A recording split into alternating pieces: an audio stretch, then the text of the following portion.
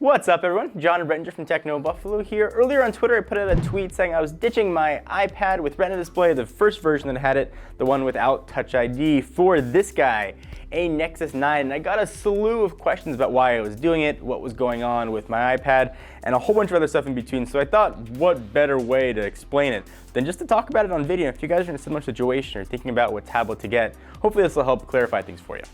So let me preface this by saying I've been a loyal iPad user since the first gen. I go back and forth on phone OSs seemingly every week between every major phone OS. When it comes to tablet, I've always preferred the iPad.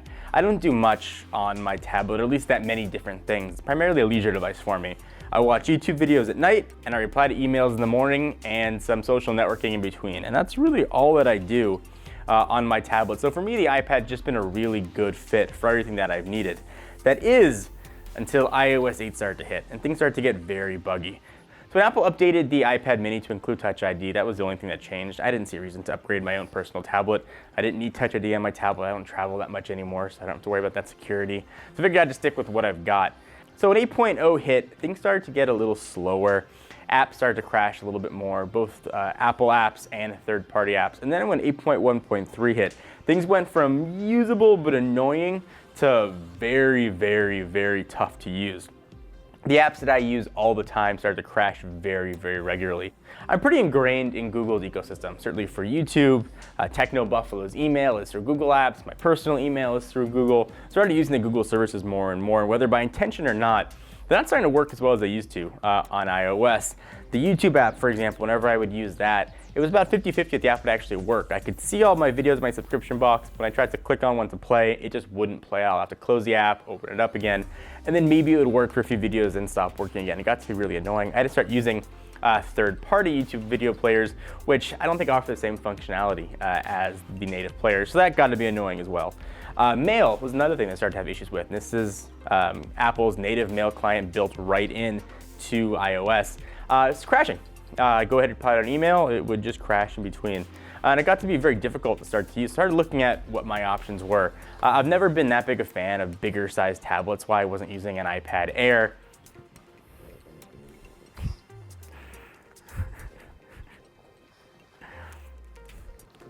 She had to switch sides. Smaller tablets have always been my preference. That's why I haven't used an iPad. Ever since Apple released the first gen mini, I thought for me it was a perfect size. Started looking at what else was available that I could use, and I really enjoyed my time testing the Nexus 9. And you might have the perception that Android for tablets isn't up to par. It isn't what iOS is. And for a few years that might have been the case when Honeycomb first came out, but at least with the introduction of Lollipop, that is no longer the issue at all. Android for tablets is really, really good. There might not be the same tablet for tablet amount of apps you got on the App Store versus Google Play, but everything I need is here and works really, really well. People have been tough on the Nexus 9 for build quality, I think me included. The black one we had was kind of falling apart, it was creaky. This gray, whitish version has been absolutely awesome. It's light, it's got good battery life, it's got a high resolution screen. I can hold it very easily in one hand to reply. Videos look great. Mail hasn't been crashing on me at all, and I'm using Cloud Magic for mail. I was really excited to try and use Outlook on it, but Outlook kept crashing on the Nexus 9, so adios Outlook. So I'm looking forward to really trying to use this as my everyday tablet and maybe slowly ditching iOS, at least on the tablet front. I go back and forth on the phone. Usually one week I'll use Android, go back to iOS, and usually back and forth, or just carry two devices. I'm usually testing something in between. So I think they've done a really nice job with this, from the form factor to the weight to how it performs. I've really enjoyed it. Some difficulties people have when switching phones from iOS to Android are an issue here. I don't care that I can access my photos on here. I don't care if I message on my tablet. It doesn't matter to me. Usually I've got my phone right near me anyway. So all those problems that people might have faced when they're worried about switching OSs, not an issue on the tablet front. So I'll keep you guys updated on what I think, how it works. I ordered a case for this, and I'm really excited to try and use it on a more regular basis. I think that HTC and Google had a really nice partnership here, and put these two things together and make a really, really good product. And most importantly, I'm excited to try something new. We reviewed the Nexus 9. I enjoyed the Nexus 9. I used it for a few weeks, but now to actually start using it for weeks and months, I think it's going to be very interesting. And of course, if you guys are interested in seeing what happens and how things perform, I'd love to share my thoughts with you. And if you guys decided what tablet to get, think twice. It seems like Apple is maybe leaning towards abandoning the iPad mini. There's no real updates this generation other than adding Touch ID. Perhaps next gen will get a processor upgrade, but I need speed. I need power, evidently, for using YouTube and the small things that I do. And I think the Nexus 9 offers a perfect marriage of all that.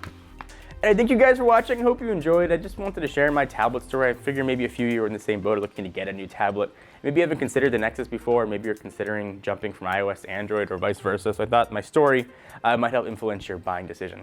Anyway guys, hope you enjoyed. If you liked the video, give it a thumbs up. We always appreciate it. And of course, check us out right here at technobuffalo.com to get the latest and greatest tech news. Until then, I am John Rettinger. Talk to you guys next video. Bye-bye.